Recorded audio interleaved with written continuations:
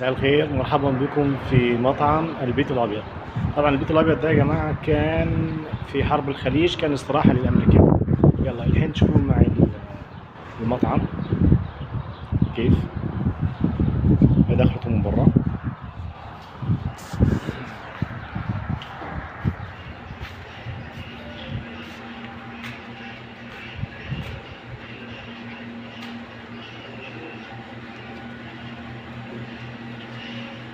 هذه جلسات خاصة صغيرة. هذه جلسة للعرب.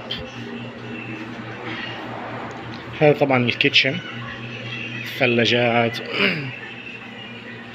هذا الفرن وهذا المندي والشواية والبرياني وكامل السكشن، وفي الستور المخازن. هذه يا جماعة والله كلها رسائل شكر وتقدير.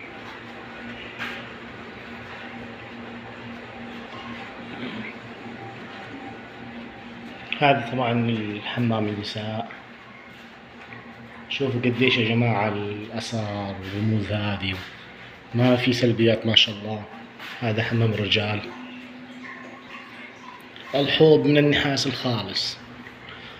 شوف حق الديكور.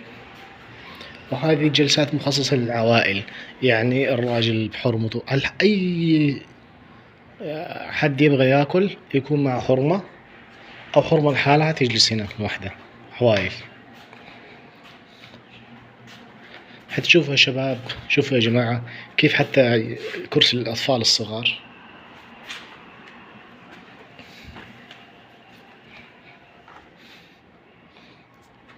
جلسات خاصة. وهذا مكان للويترية المباشرين.